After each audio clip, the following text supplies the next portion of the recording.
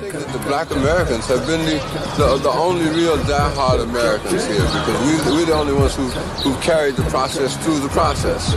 That everyone else has to sort of like skip stages. We're the ones who marched, we're the ones who carried the Bible, we're the ones who carried the flag, we're the ones who tried to go through the courts. And being born American didn't seem to matter.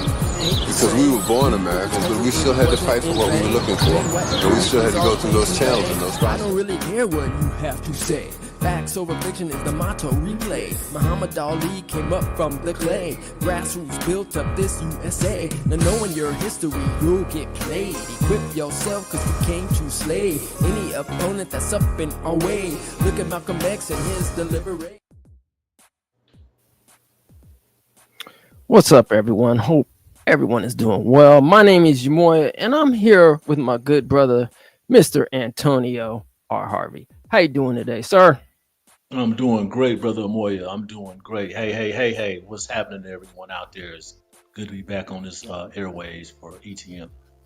Appreciate you, brother. So before we get really started and get some housekeeping here, I'm just going to try to see if our audio is good to go.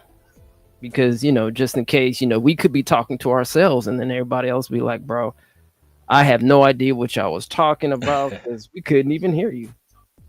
All right. We aren't talking to ourselves. We are live. No, we're not. Actually live. Okay. So we are good, man. So yeah, a lot of stuff going on brother, in the world today. That's beyond the sports, but we're eventually going to get into Shadur Sanders and see how he's doing. But before that, a lot of topics today. Do some quick housekeeping.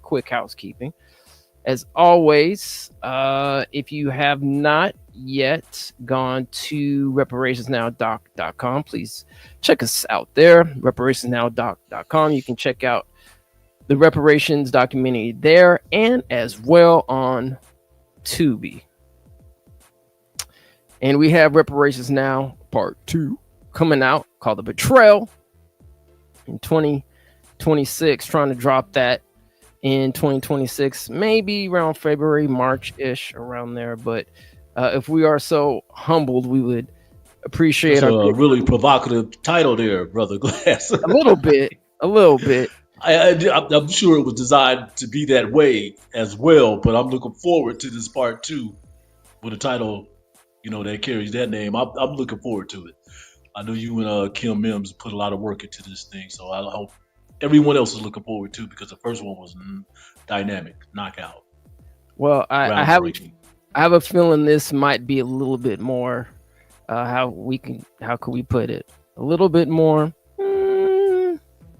hype, I guess, in a way. But yeah, man, dicier. Yes, let's use that word, dicier. I don't want to use the word controversial, because what we're doing. Everybody uses that. And understand, when we talk about reparation, everything's controversial about reparation. Isn't that funny how like the people who built this country all of a sudden is just controversial? Hey, look, you just aired Gil Scott Heron before the show, so I always like to say the revolution will be computerized. So computerized. When we come into these spaces, controversial things that have to do with the black community, I look at that as a positive. Get everybody on their toes. Understand we mean business. We standing on business. Standing on business. Thank you, brother, for that. And brother, we got to get you in part 2, because you were in part 1, so we know we got to get you in part 2, brother. Any way I can help. I always greatly appreciate that, brother. All right, so you can also support us at etmmediagroupstore.com. That's in the description. On our YouTube page, you can go there, get your merch, family, get your merch. Support what we're doing here, and also on Amazon. The affiliate link is down in the description as well. And also, dropped the book. This is my first book, ladies and gentlemen, that I have out. It's called Mr. Uncomfortable. It's a post-divorce narrative. So I know some of y'all been through that whole divorce stuff, even relationships, man. If y'all been through breakups and you get trying to find your way back into this whole dating life, daily routine, please check that out. go to MrUncomfortable.com. You can go there as well. Got my YouTube page up. You can. It's making moves, trying to make it happen. So just trying to do a little something different. So I would appreciate that, family. You can. I had it pre-ordered, but it's out now, so you can get a copy there. And working on an audiobook too, bro. Like the crazy thing, man, about Tony about working on this audiobook is like I could have probably done a lot of AI work. But I'm actually hiring voiceovers, people, and actors to actually be a part of this audiobook. So, I'm really trying to make it more authentic and not go totally with the whole AI stuff. Even though AI for all the right reasons that we should, purchase this book in any platform, that you desire, whether it's be in print or audio. I'm looking forward to. And I know the work that you've been putting into this. We have had these type of discussion. I'll just say 2 words: inner peace. When it comes to these type of relationships, all relationships.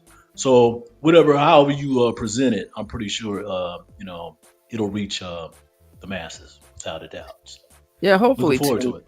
I appreciate that, man. And I'm really, really trying to do something like a little bit more unique. I'm doing some Foley artwork in it. I'm bringing some soundtrack in it, and so it's not just straight up reading. I'm trying to immerse some elements of the film sound right into this project, man. We got some great people that I've worked with down in Los Angeles who have participated in this project. So yeah, man, we're just trying to do it. You know what I'm saying?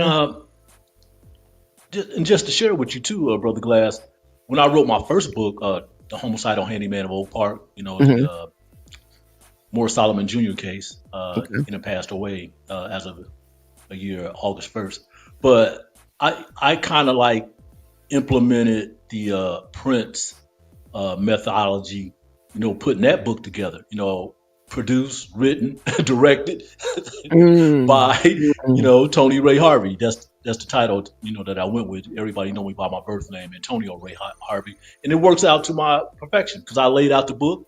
I picked all the photos and put them in certain areas in the book, placed them in the book. A lot of photos that I took, a lot of courtroom documents and samples and things like that. And, of course, I spoke to a lot of people. So the book basically is all me. I designed the front and back cover.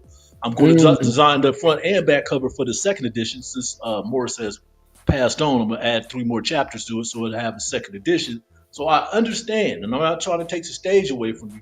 We're doing all these things. And you are working with some other people as well for doing most of the work for yourself, because that gives you more autonomy, more power, and art expression to be exact. So I like to hear that from you because you do so many things, and I've learned so many things from you and Kim Mim anyway, because there's some things, that I'm manifesting, for my photo essay that's going to be on reparations. This is all because of y'all artistic value. So, like I said, I'm just looking forward to what you do with it and how you do it and how you present it to the people. I appreciate that, brother. And if you have a chance, I don't know if you have your Amazon link or wherever you're sending your link, bro, just put it in the private chat, man. I'll make sure to post it to the comments so people can go ahead and support your work, brother. Because that's what we do here on, ETN Media Group. We are literally a community-oriented platform. I know a lot of, I'm not going to name any names, YouTubers out there saying that they're all about the community and all that other stuff. I don't know, that's questionable, but like we really try to promote other people, other works, because at the end of the day, man, people can claim to be independent, but we do definitely depend on each other. So, brother, just if you can put it in the private chat or not, we could put it, in our description later on when this after our broadcast for sure, brother. So definitely appreciate that feedback. Let's continue here. If you have not seen this great conversation, man, that I had with Chris, we went down to Buffy Wicks, and she is actually the chair of the Appropriations Committee, which we're actually going to be talking about a little bit before we get out of here on the live stream.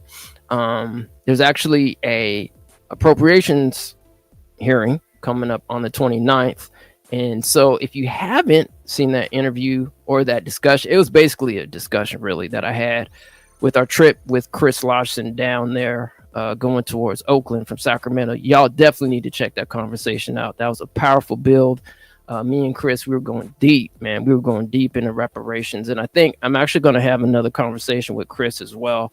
Um, we're not probably even going to talk about reparations, but more so just like motivation. How do we keep motivated?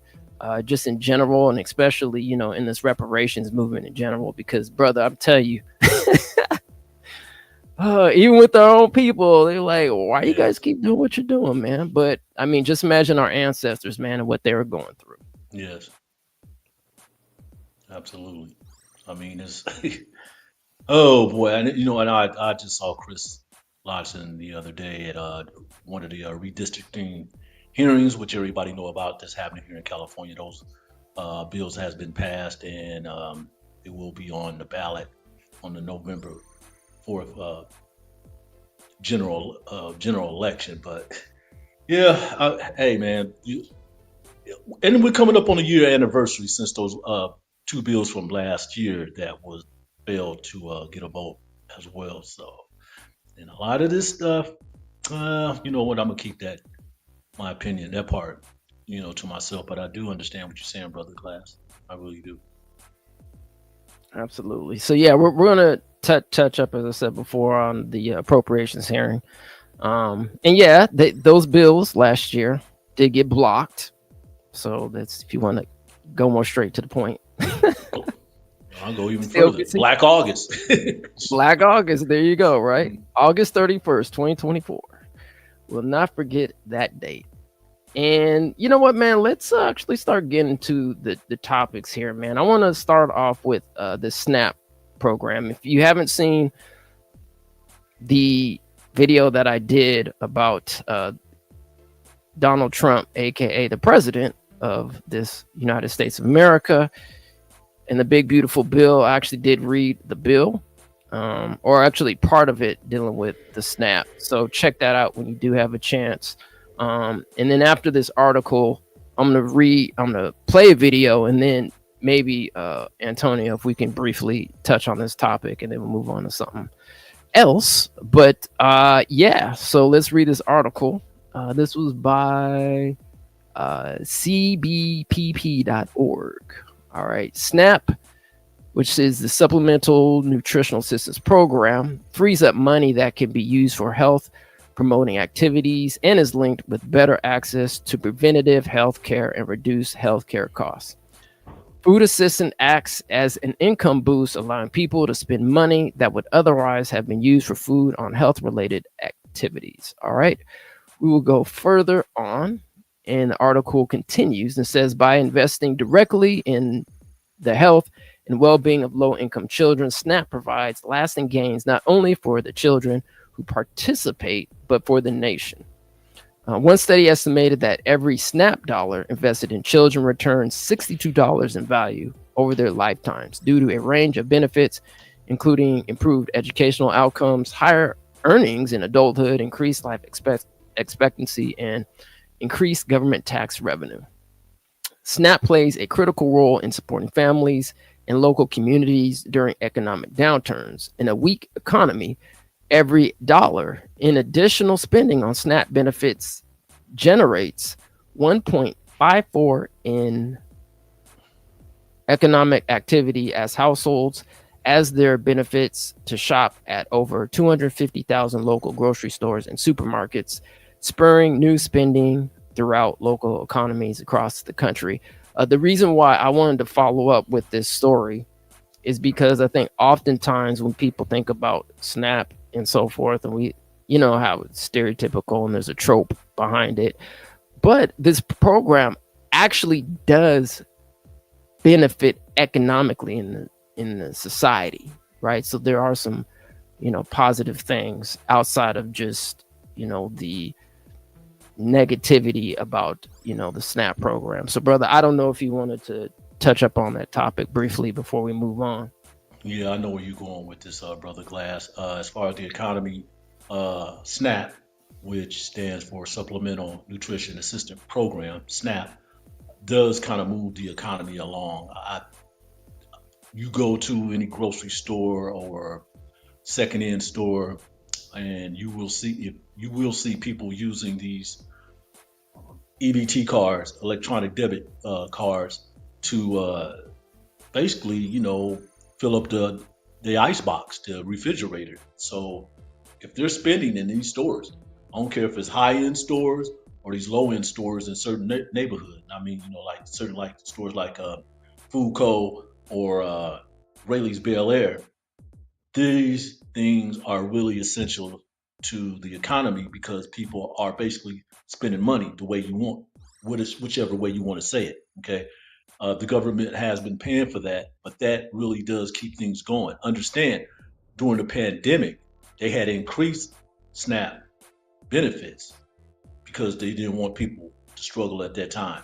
That kind of has dwindled away. Now we're in this particular spot where they passed this bill that is going to cut a lot of funding from the SNAP program, which is also causing other problems because right here in the Sacramento region, we have food banks that are saying that they are seeing an increase of traffic come to these facilities for people looking for food, and they don't have enough to supply for them.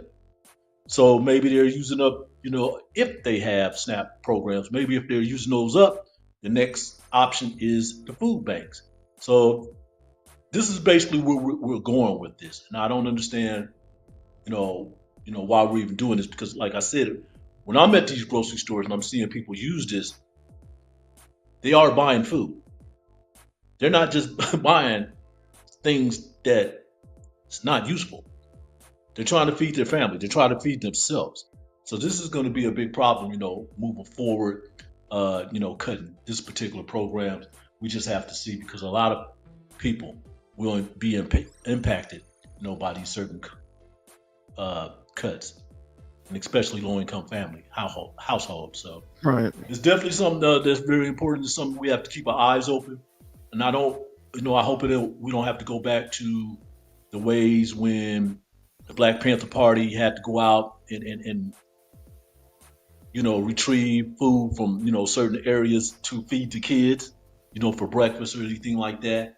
We might have to do that for whole families now if this continues.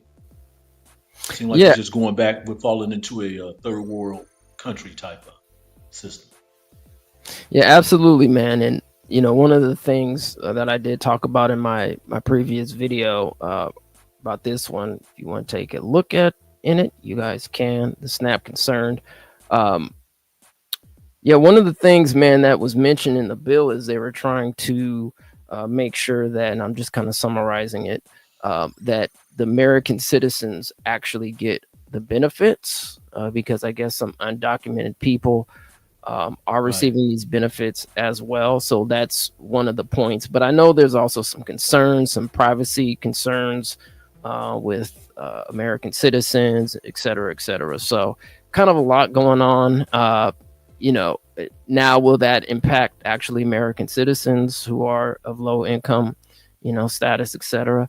Possibly. I mean, we don't know until, we see what these cuts mean and how it's going to impact the communities. But We're going to find out. crazy. We're going to Yeah, find man. out. Trump, I know.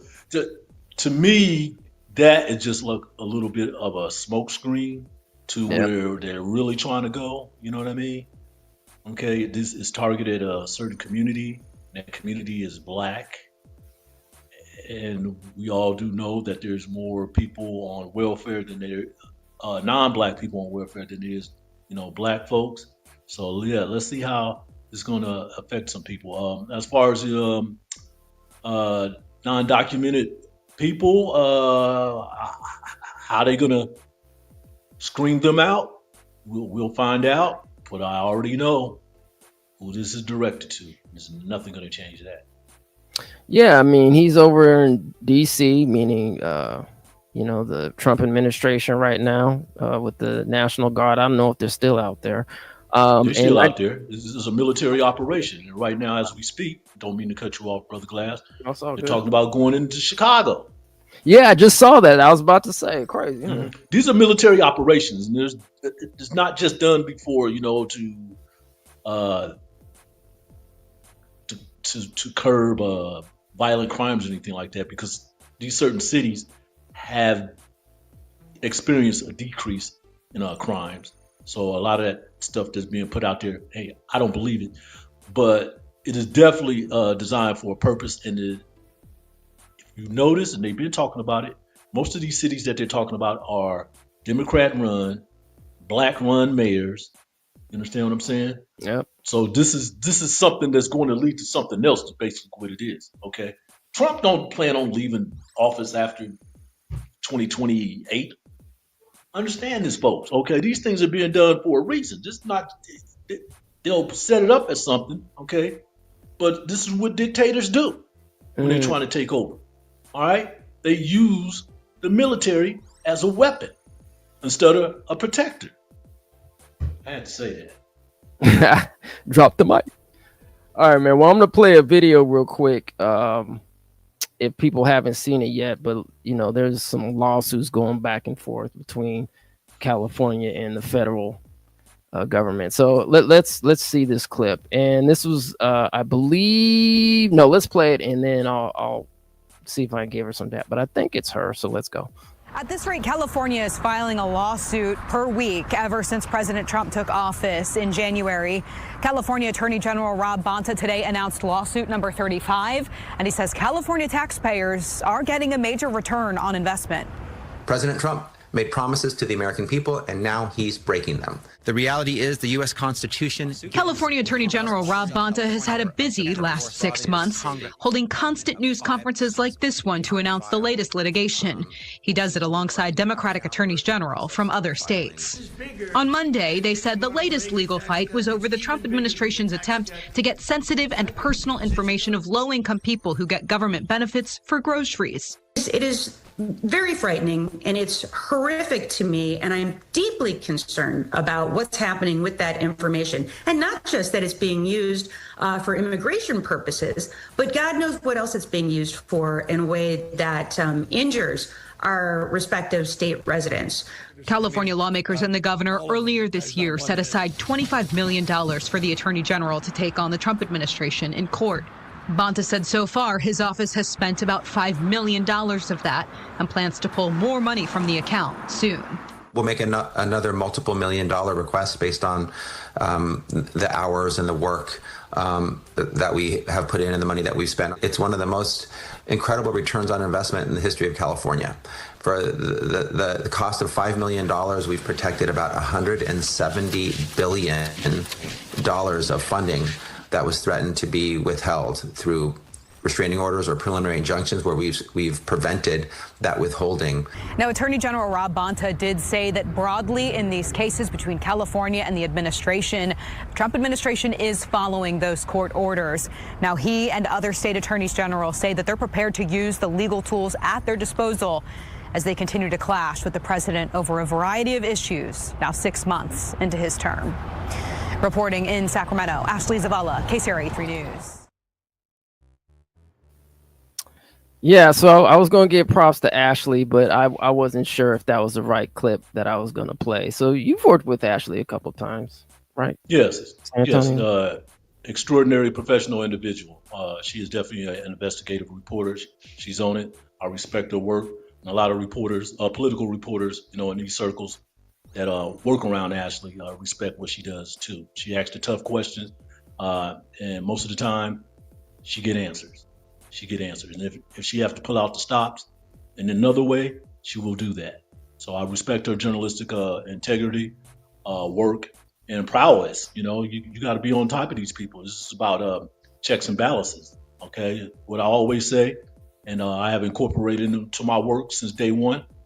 We are the fourth estate, and we are here for checks and balances of the three branches. That's the judicial, executive, and the legislative branch.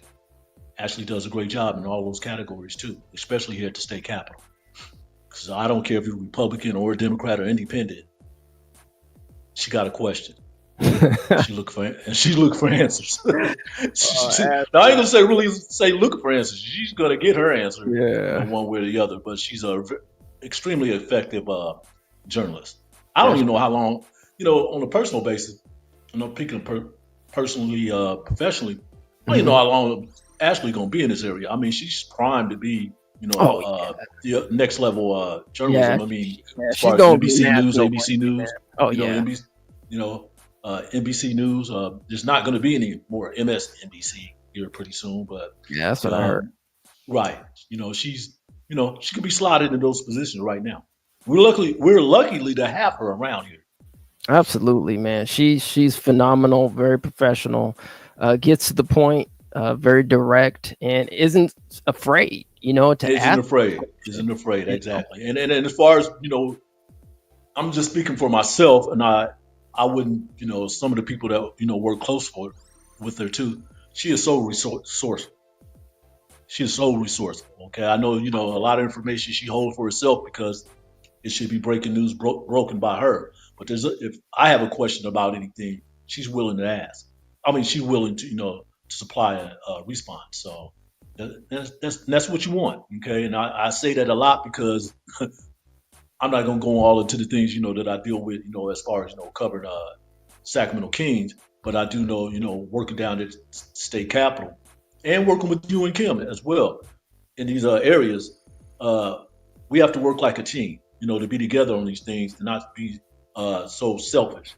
We do want to break the news on our own. That's going to happen, but in a lot of areas we can help each other as far as implementing these checks and balances on these politicians, on these policies, on these governmental entities and things like that. So, salute to Ashley Zavala. Yeah, salute, brother. Salute, man. And yeah, I was actually gonna go on to the next, but man, I gotta give you props, man, because I wrote an article. It eventually got posted on Moguldom. Yes, And, yes. when you broke that news, and I think Wendy Fry was somewhere around there too. Yes, she did. From Cal Matters. Yeah, Cal Matters. Like when I wrote that scathing article about SB 518 and SB 437, I was like, look, I'm going straight to the source. You know what I mean? Who broke it? And I think that just kind of goes to what you're saying in terms of about journalists trying to work together. Yes, yes. Some journalists, they trying to climb up to the top and so forth. But at the end of the day, man, it's about really the information, and it should be about the people and the community. And that was a well-written article too, and it's everything that you said that it, should be. Our brother Moya, I really appreciate that because when I read it, you reported from both sides. You reported from both sides, and that's what I like to see. I mean, if it's a lot of opinionated stuff, I don't really call those objective articles, more subjective. But this was really, straight to the point, getting it out there. And when we do that and put that in front of the people, as you did, people, you really do need to read the story that Amoya read. Okay. After that, we present the information to you. You can formulate your own opinion. That's the American way. But as far as First Amendment, this is what we do to make sure that you have the right information in front of you, so you can, take it upon yourself to decide, how you want to look at this from your perspective. So absolutely, that was a great article, man. I really appreciate. I would look more for that from you too, because you do have a communication background. Yes. Yeah. Okay. I would hope that you and Kim would incorporate more, print writing along with your visual platform, Brother Moya. Well, first of all, man, flowers to you, brother, because I mean, I'm humbled to hear, from you, man. I mean, you've been in this industry, this genre for so long, brother. I mean, I'm just so humbled, to even hear that from you, man. So I really, really, genuinely do appreciate that, man, for real. I'm going to announce this too, just so you and Kim knows what's going on here. We're not going to do it till after Labor Day because I got another 4 week of work, and a lot of that has to do with these bills that have to be passed at the state capitol. But I will be launching a 30-minute show on Tuesdays and Thursdays, here in Sacramento on KYWS 92.29 FM. Nice. And my show will be Soul Society of the Fourth Estate. And when I say Soul Society, I mean SOUL Society.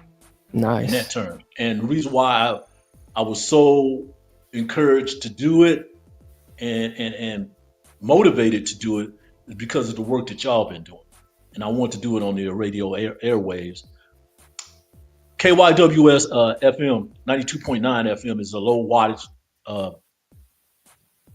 radio station, but it's really effective. So everybody can get it. You know, you can go online and still get it. But I just thought this would be a good place to start so I can talk a little bit more about politics. I'll get more into that, but I did want to bring that up since we were having this discussion, Brother Amoya. But that is because of the work that you and Kim Mim have been doing. All right, so I dedicate this to you. I hope it'll only be 30-minute segments, Tuesdays and Thursdays, 8 a.m. We might increase the workload, you know, as we go along, depending on, you know, what energy that I have. But right now, that's where we're going to start at. And once again, salute to you two for encouraging me, motivating me to do something like this. Well, that's wonderful, bro, and congratulations, and can't wait to see it up and running, man. Definitely let us know. We'll help promote it. You know what I'm saying? Mm-hmm. Just keep in mind that word, urban politics. Urban politics, family. Okay. Urban. Remember that show that brother Chad Brown and sister Friday Jones had, you know, Blacks in Politics? Blacks in Politics, absolutely. Man. Shout out to them. I hope they bring that back together. I know, you know, time, you know, slips away and everybody gets to go out and do the other things and stuff. But that was really an effective program, okay, which was produced by Tiffany Quarles down in Southern California. Man. But I was just so moved by that show. I'm still moved by that show and stuff. Absolutely. The way that it was bringing that to. I mean, it was so, like I said, you know, Black politics, you know, urban politics. Those things are important in this community because I'm not saying we understand our language. That's what I'm saying. Okay? Right. It is better presented by us and us only at times. Right. If you want to be a part of this gumbo mix and everything, please jump in. Okay, but we're not saying it any other different way than, you know, as far as our Black experience, we're not going to say it any other different way. We're going to, you know, lay it down, you know, put it down on the real. Okay. Well, and you know, and that's why, man, it's so important people support grassroots, and we're not okay. So I'm sorry, people. I know you'd be like, you guys gonna keep talking, but I think it's important that we clarify some things before we go on. So, even though I think even the mass media group we do consider ourselves grassroots. Do not get it twisted with the term grassroots. Just because some grassroots doesn't mean that, and I can't speak for all outlets who call themselves grassroots, but we try to bring you factual information as best as we can. I mean, we all have our opinions, but individuals like my brother Tony, like myself and Kim, and I'm not saying either way, but we actually do have degrees in journalism. So, and not saying that really matters all that much, because at the end of the day, information is information. I learned from people on the streets. I learned from people who are PhDs. I learned people who are in these legislative halls. I learned from my elders. I learned from everybody. I learned from my kids, you know, dropping some knowledge, dropping some game. So it's not about that, but I just wanted to make a point that when we say grassroots, it's not just some people who are just randomly just shouting stuff out, you know, on the streets, you know, doing it guerrilla style all the time. You know what I mean? Like, everybody have their area expertise in this area. I know, we've been in a classroom setting, so we are trained individuals, but man, I'm seeing lawyers turn into journalists and journalists turn into lawyers, and it's basically the same thing. Okay. And I've seen some other people with different backgrounds, engineers, you know, who have became journalists and things like that. So it's all about the way that you present it. And you did say the magic word, the key word at the beginning of this presentation, that it must be factual. Because if you're dealing with the facts, you can't go wrong. You can't go wrong. Other than that, you know, you're just shooting yourself in the foot as far as credibility. Yep. All right, brother. So let's move on, man. Let's talk about. Yes, let's move on. Let's move on. Let's talk about this redistricting, brother, because I'm gonna play a video and then maybe read a few articles, and then we have a couple more topics. But let's talk about this redistricting, man. Let's go. Senate will come to order. A controversial redistricting bill was approved by the Texas Senate early on Saturday, days after it was passed by the state House.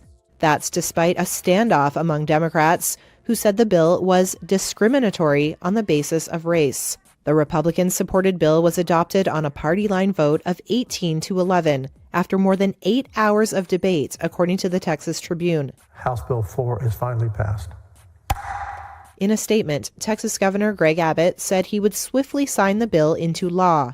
The measure will redraw the state's congressional maps at the behest of President Donald Trump in an effort to flip 5 U.S. House seats in favor of Republicans.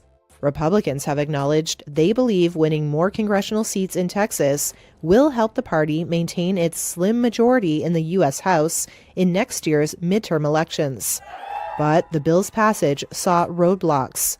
Lawmaker Nicole Collier was one of more than 50 Democrats from the Texas House who left the state in a 2-week walkout that denied Republicans the legislative quorum needed. Upon returning, they faced rules by the Republican leadership requiring them to stay put in the Capitol building unless they agreed to be placed in custody of a state police officer to monitor their movements. Collier spent 2 nights sleeping in the Capitol. We gotta fight. That's right. Yeah. Right. The fact that I'm still mad, angry, and furious means that I still want to fight. Yeah. During Senate debate on Friday, some lawmakers echoed the criticism that Democrats had raised in the House that the new Texas map violates federal law by diluting Hispanic and Black voting power. Democrats have indicated they will challenge the redistricting plan in court.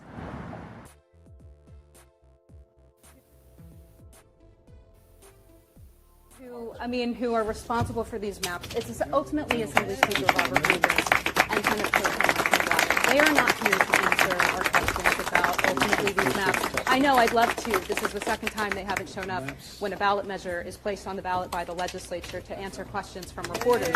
My question is, if those two end up running for Congress after this, how could that impact this campaign? How could that impact this campaign?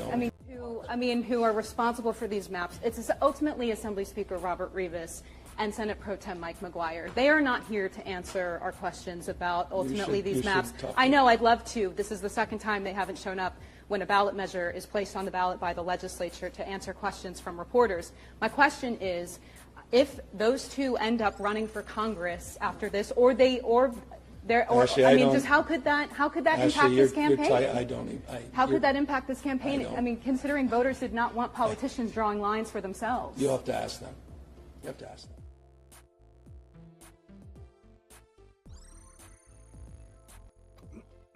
Thank you all for being here.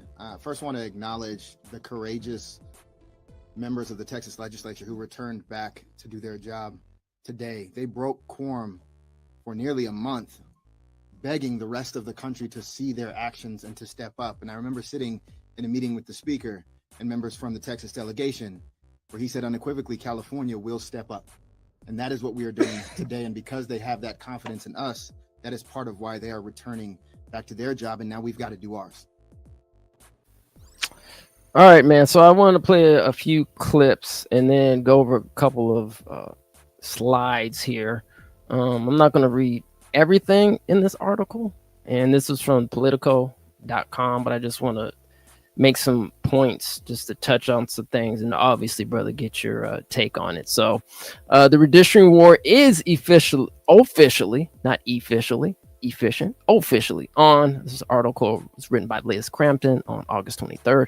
After weeks of bluster from dueling governors and state lawmakers, California and Texas, which, by the way, if I'm correct, is, as far as states go, are 1 and 2. I think California is the leading GDP economic state here in the United States, and I think Texas is number 2. I could be wrong, but I think that's correct. Race forward with parallel action this week to draw new congressional maps, setting into motion a national redistricting fight that could upend the midterms and determine control of the House. All right. Wait, hold on. Did it say in there? The nation's 2 largest states had fired. Okay, I think they mean by population, but they'd have to confirm that. Anyway, I'm gonna continue. Let's see. As the map battles continue, at stake is a national shift away from the norm of once a decade census-aligned redistricting and toward a more polarized landscape in which both parties redraw political maps at will to shift the balance of power. The escalation has major implications. Escalation has major implications. Yes, ladies and gentlemen, we are alive. For Trump's post-midterm agenda and the political prospects of several prominent Democrats, including Newsom and his likely presidential run in 2028. All right. Democrats in the California legislature framed their vote Thursday in that national context, casting it as a fight to save American democracy from Trump's, quote, election rigging. According to Representative Robert Garcia, Democrat out of California, says right now these other states need to step up. Looks like the vote. Okay.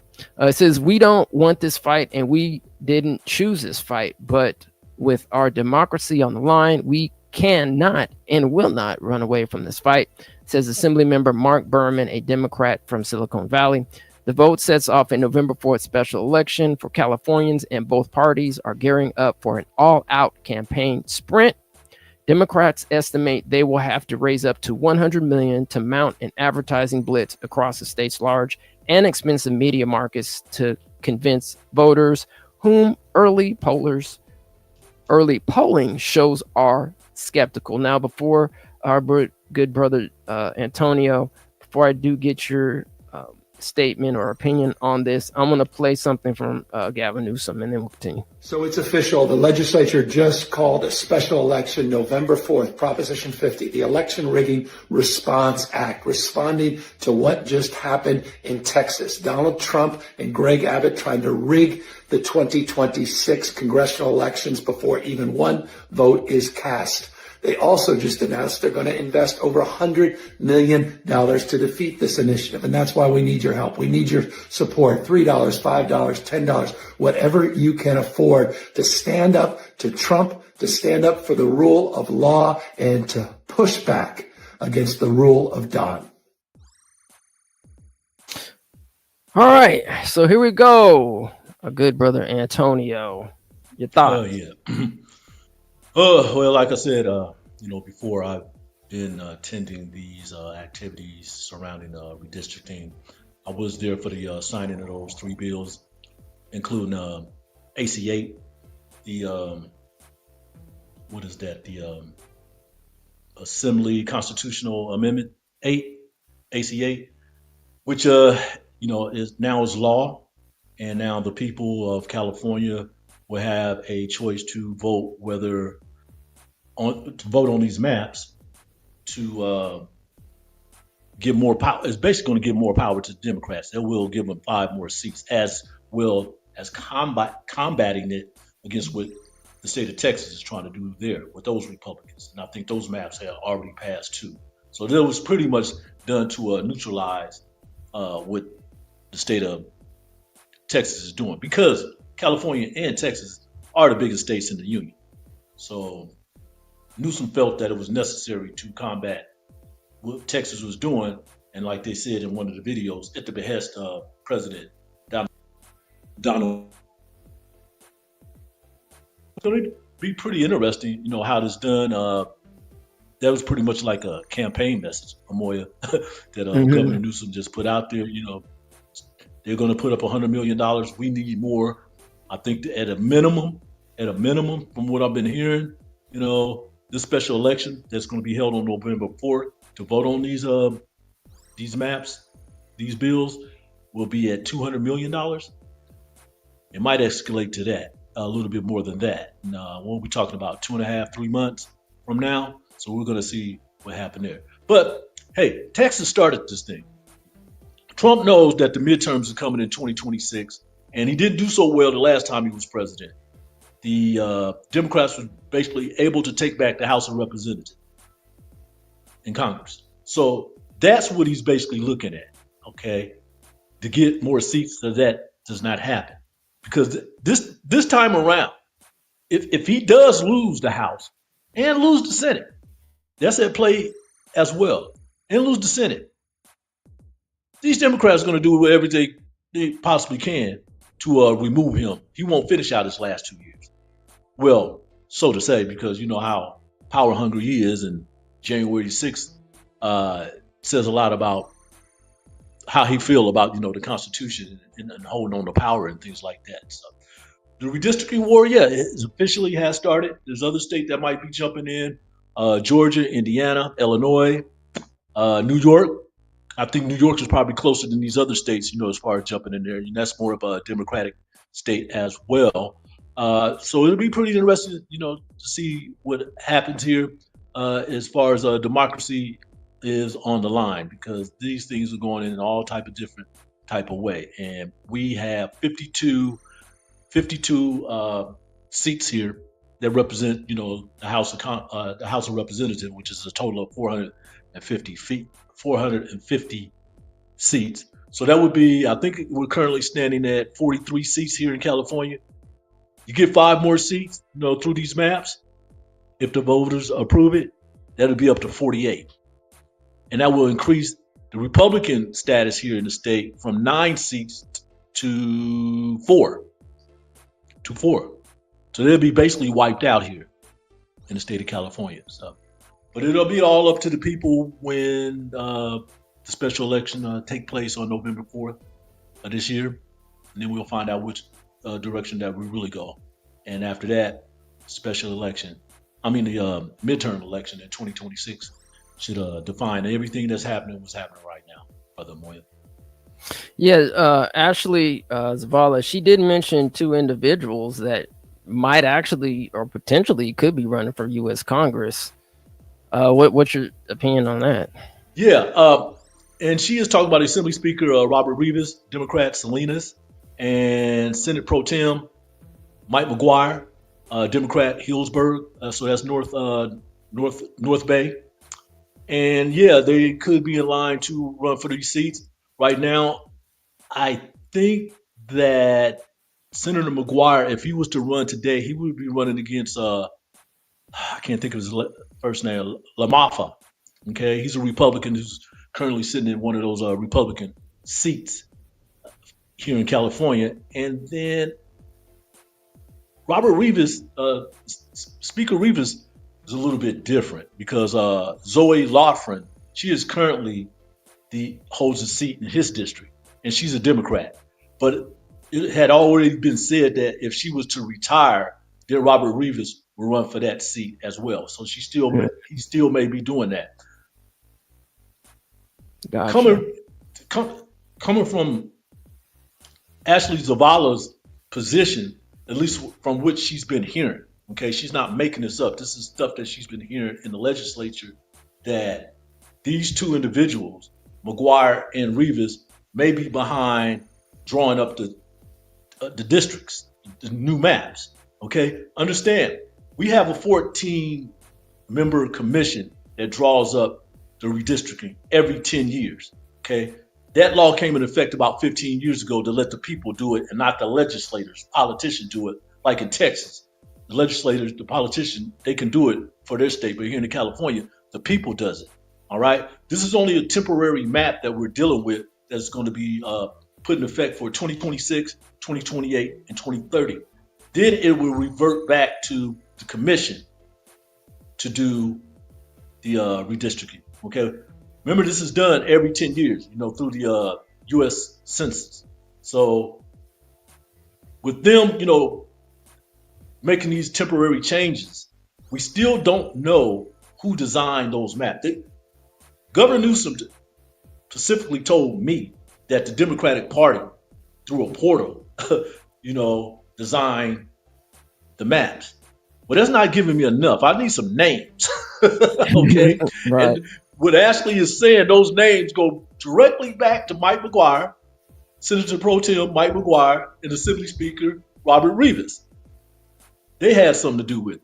We don't know that as of now, but as I said before about Ashley Zavala, she's going to get to the bottom of this. Somebody's going to get to the bottom of this. Everybody's looking at this, journalistically to find out how those maps were redrawn, to cut into those 5 Republican seats as of now, district as of now and stuff. So just trying to give you an overview of what's happening here and their role, because, they are the political leaders in both houses, the upper house and the lower house, their role in this whole game. So, hey,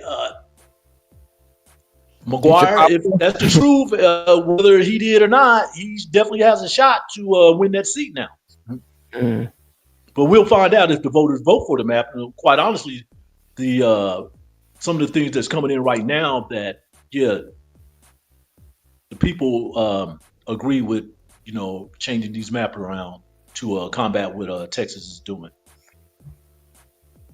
Well, yeah, man, it's interesting because, as people could see on the screen, the Democrats are trying to raise this 100 million. And right now we have the CLBC trying to basically give 12 million allocated to the CSU for a genealogy eligibility research study, and also another $6 million to another organization. And isn't it just interesting? And I'm just questioning, like, oh, you can raise 100 million, but when it comes to 12 million, all of a sudden you just want to just move it to another area and not really towards originally, if the bills weren't blocked last year, a agency that could have been up and running by now. At this point, I don't think that's going.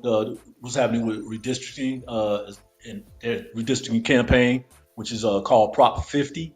That's what is going to be on the ballot, Prop 50. That is going to affect anything that's going on with reparative justice, reparation bills at this point.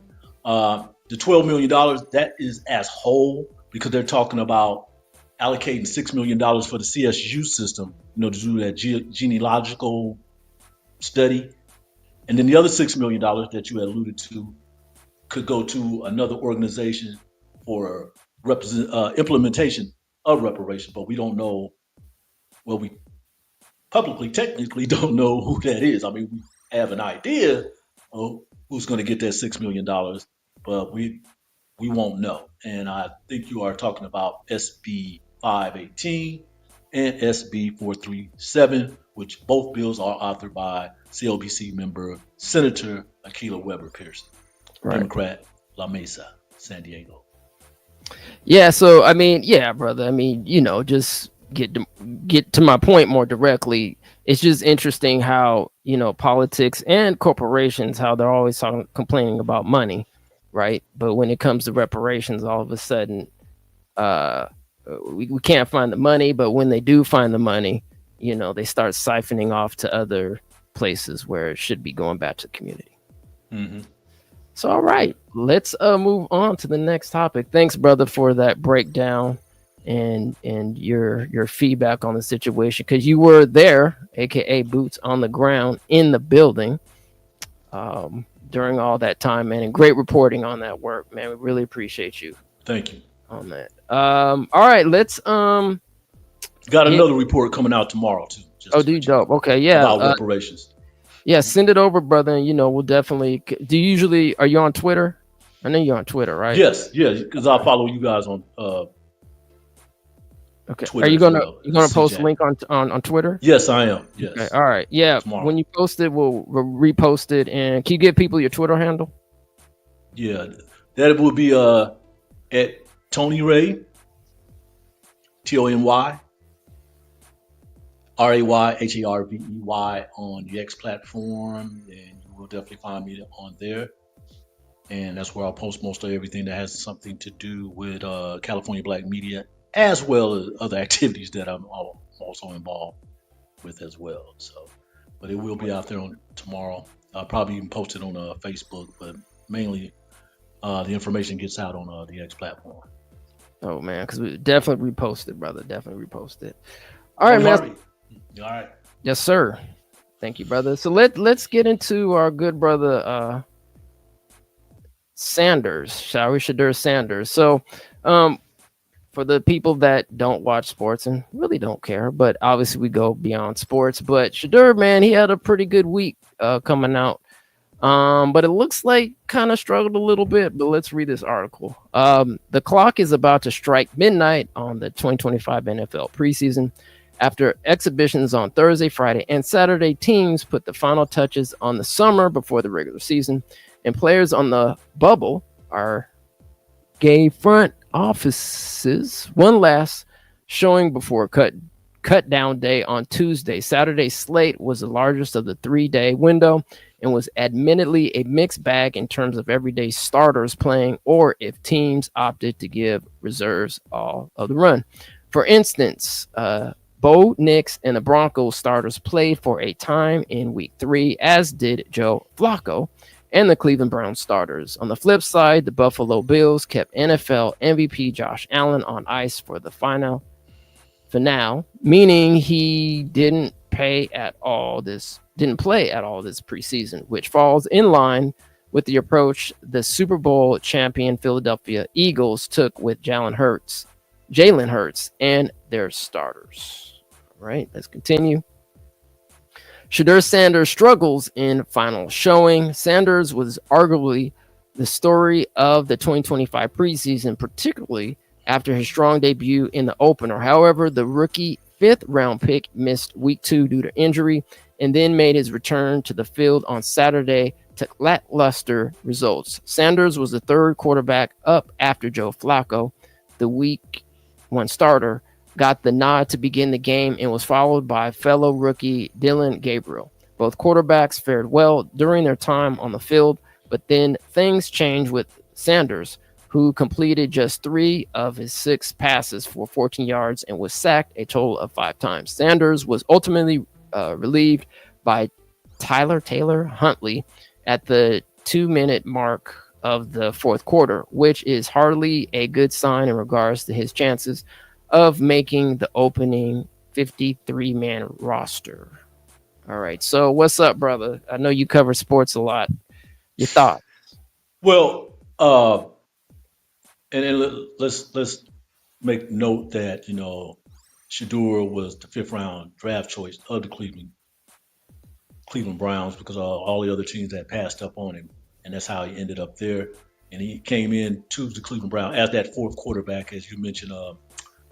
Gabriel, who was drafted out of Oregon, was drafted ahead of him. I think he was drafted in the 2nd or 3rd round. Kenny Pickett is another backup in that core of quarterbacks. And then, you just mentioned the starter, which will be Joe Flacco. Of course, Shedeur knows he has to play better than that.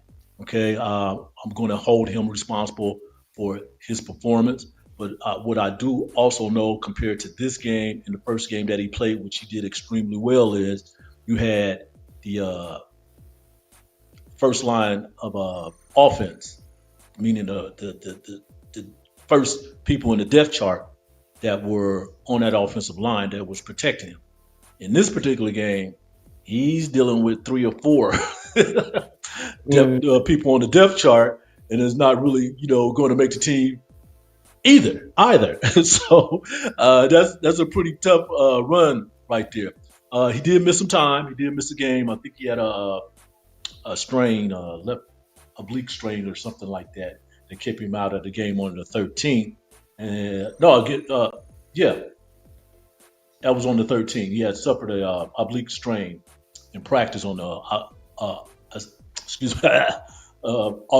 13th. So he had missed some time on the practice field as well, missed one of the games. What's going to happen here? I don't know. His brother was released by the Tampa Bay Buccaneers after that game against who did they play? Who did they play? Oh boy. Shiloh. Yeah. Shiloh Sanders, he punched one of the Buffalo Bills tight end, Zach Davis, during the preseason game. And the next day, he was cut. He's a defensive back. So I don't know if they're going to cut his younger brother, Shedeur, up there in Cleveland. That remains to be seen. Or they could trade him, or They could put him on the taxi squad. That's the practice squad. I don't know.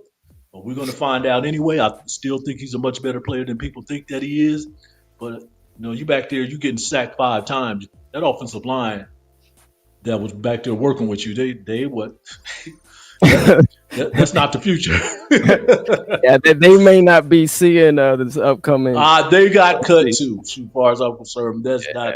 Because if you're in that type of position, the guy, the quarterback that came in after him only had 2.5 minutes to show what he got. Man, show what he had. Okay, you think I'm going to leave my top of the line offensive players in there to protect somebody who's not going to be on the team? No, absolutely not. Absolutely not. But a lot of that, you got to make things happen for yourself. Shedeur can't be back there and get sacked 5 times. A lot of that stuff was going on when he was at Colorado and things like that. But I know he's a much better player than that, and they know he's a much better player than that. But it's a lot, it's a lot of pressure on his back. Yeah, whether he acknowledges that or not. And I'm pretty sure his brother probably get picked up somewhere else too. But man, the last preseason game, man, you just can't, go out there on the field, take a punch at somebody. That's really unprofessional, unsportsmanlike. So, and they probably look for a way to cut him anyway. All right, now I understand he was not drafted; he was signed as a free agent to begin with. So, hey, it's tough for the Sanders family right now, but I still have faith in them, and I still believe in everything that they're going to do. There's nobody said this stuff was going to happen overnight, and there's going to be some good times. And there's going to be some bad time. That's the NFL. That's professional sports. Absolutely. Well, man, before we get out of here, we're going to wrap up in the next couple minutes. But before we leave, man, I think there actually might be somebody who probably should have tried out for the NFL. We're going to play the video. All right, people. So get ready. Get your popcorn. All right, here goes the video. 5, 4, 3, 2, and 1.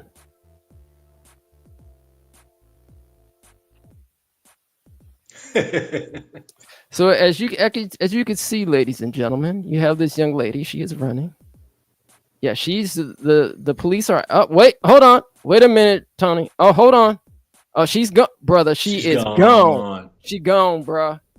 She's gone. She's at the 40, at the 30, the 20. She's in the end zone. Bruh. I saw that video, man. I started cracking up. That is something. First of all, those 2 cops need to be fired. What did y'all do at the police academy? It didn't seem like y'all was doing a lot of running, And not to say you got to be fast and quick, but it just seemed like there was no type of effort in chasing that woman. And whoever she was, she must have some cross-country track and field. She must have a cross-country track and field background because she was skating, boy. You're not catching me today. And they had her in their grasp. Couldn't even do one job. Couldn't even do it. The crazy thing, man, about it, bro, is like they couldn't even cut her off. They followed her. I hope it wasn't a skit. Either way, it was crazy. Went all the way around, and they didn't with all the stuff that's going on with AI stuff.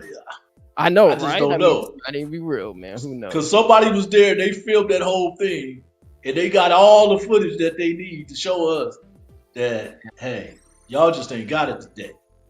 Y'all just ain't got it. Like I said, they need to be fired. That's embarrassing. Okay? and on top of that, I'm glad she got away. Right. That was a great escape right there. That was a great escape, man. Before we get out of here, I want to go through the comments here. Thank you, Mr. Troy Dawson. Shedeur will probably get traded and Shiloh was released. Yeah, anything's possible. Cleveland set Shedeur up for failure. Possibly. Let's see here.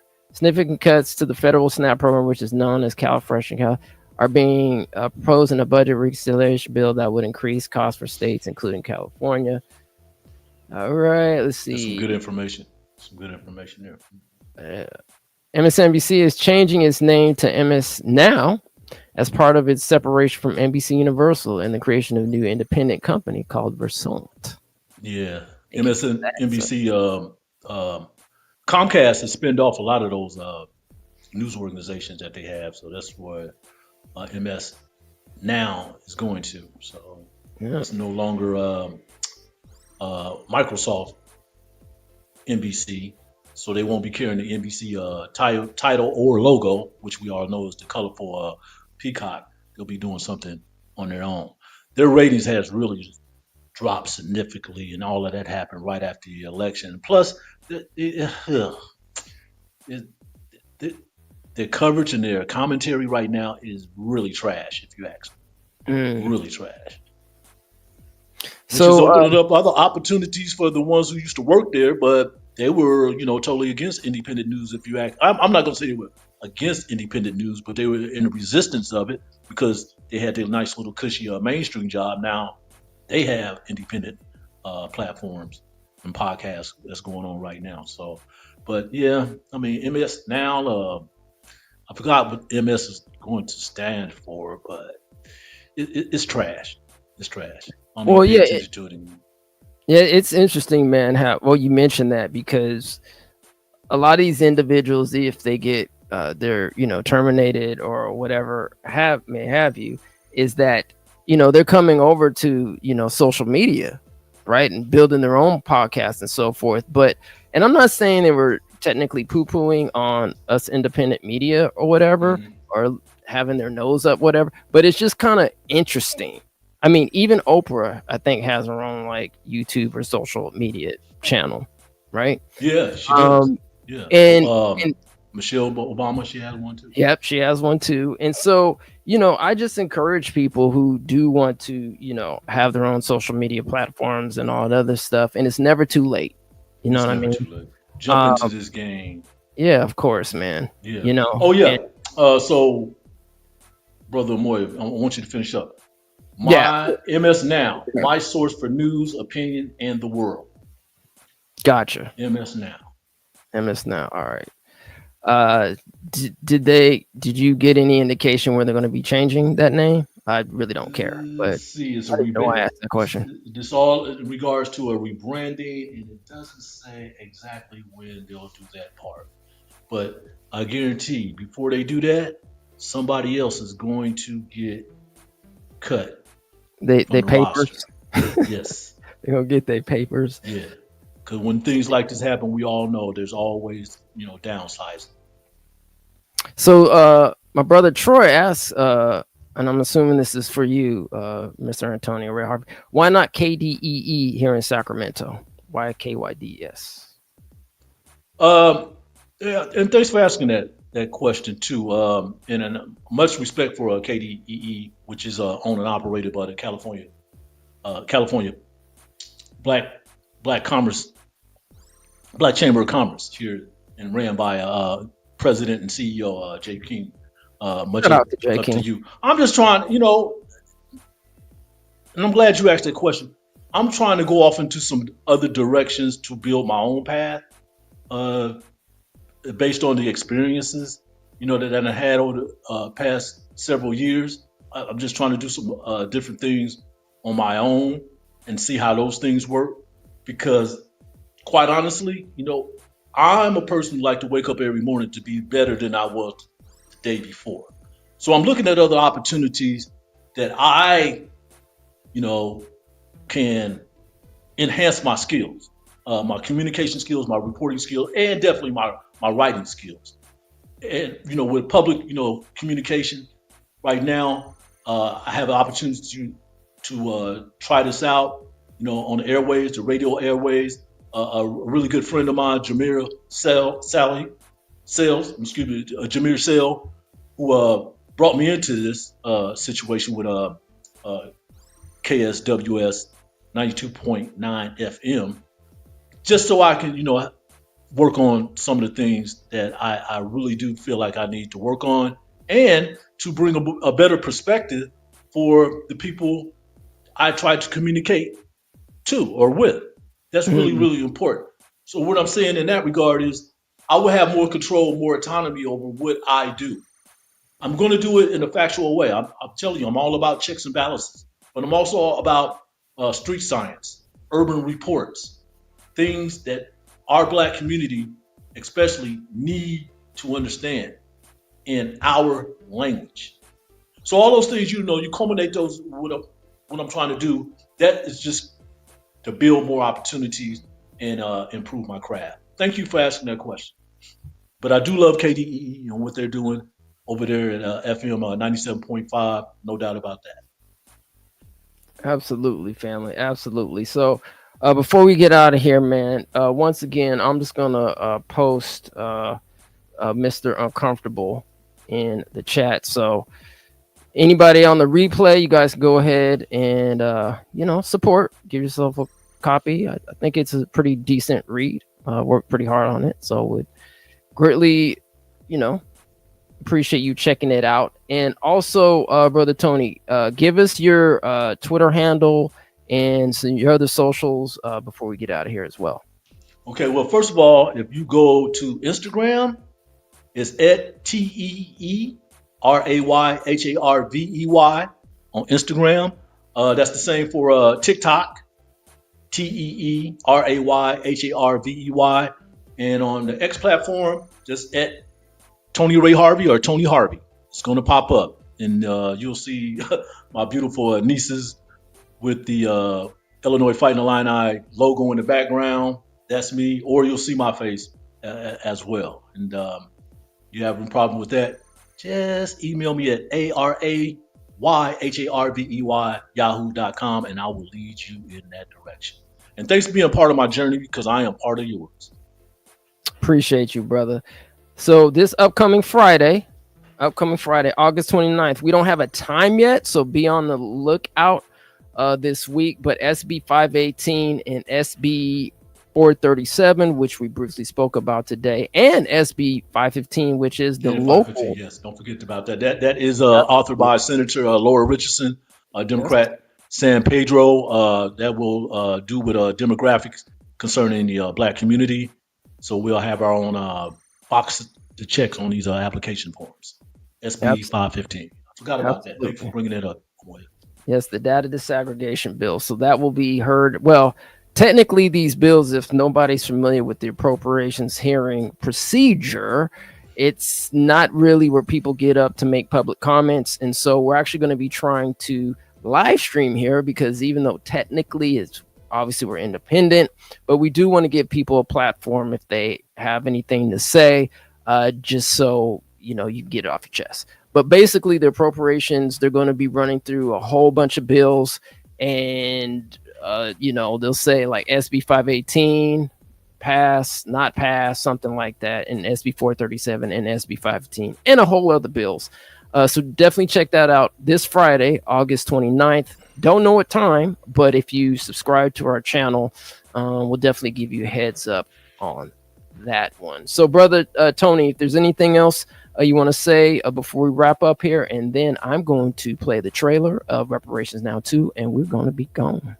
Hey, another great segment, Brother Moyo Glass. Thanks for inviting me on this. And I know we talked, semi little about sports this time, but of course we had a lot of things to wrap up, because this is a big week coming forward, and we want everybody to understand what's happening here, because we want to come back and talk about those political things that's going down here at the state capitol. But once again, man, thanks for another show, and invite me to have these conversations with you. God bless everybody. Peace out. Peace out. And thanks again, Brother Antonio, for showing up. And everybody, have a great weekend. Once again, please like, share, and subscribe to MN the Mass Media Group, your number one source for reparations and news.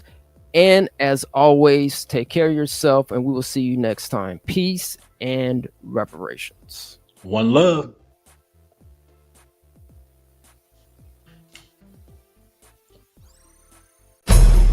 Please move items 71 and 72 to the inactive file. I just want to know, what did you know about bills not being brought to the floor? There were two critical reparations bills, Senate Bill 1403 and Senate Bill 13. Forgive me, because there's over 1,000.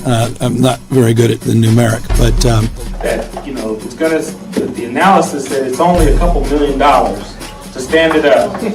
Peanuts. And his response was, "We want to do it in a different way. We don't want to do it through creating a whole new bureau. We want to do it through the UC system. So this is Assemblyman Mr. Bryan. He's mad I brought up the reparations vote. So he's preventing me from speaking. And he's trying to block my access to it. Madam Speaker, I ask that we take up file item 71, SB 1331. If you decide to start your family tree even without the DNA, 8 or 9 times out of 10, you're going to find your family. A great number of African Americans can trace their lineage to the period of enslavement. Lamert was developed by Walter H. Lamert, and in his designing this area, he actually had covenants to where they would not sell to black people. I supported the bill all session. Then bring the bill. Will you vote? CLBC, can you give them a grade 1 to 10? This current crop, as of now, it's a negative. Vote for the bill, Mr. Bring the bill. Will you vote for the bill? Bring it up. Will you vote for reparations? Bring it I up. would love it. Bring it up. Let's vote for reparations Bring together. it up. It's a spirit of anti-blackness, and we must call it out. And so I'm going to call out on August 31st, 2024, that the California Legislative Black Caucus, the majority of them, and the governor allowed the enemy to use them to try to keep us down and keep us as bottom-class citizens. Just think that all the other members have at least about 10 years left. So we're not going anywhere. I've heard it's slightly changed, and some of the advocates who were part of the coalition last go around are now expressing concerns of whether or not they'll still be able to stand behind it if those changes are not corrected. In so many years, it won't hardly be no black folks left in California. We love y'all, we thank y'all, and we demanding reparations right now. First of all, America, from the evidence that they gave us, you're guilty.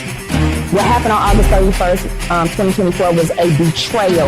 We know that if we don't have our hand in this process as much as we possibly can, it can be corrupted from the outside. So in terms of our role isn't done until they're issuing the checks for our reparations. The time for reparations is now. Yeah. Right now. What do we want? What do we want? What do we want?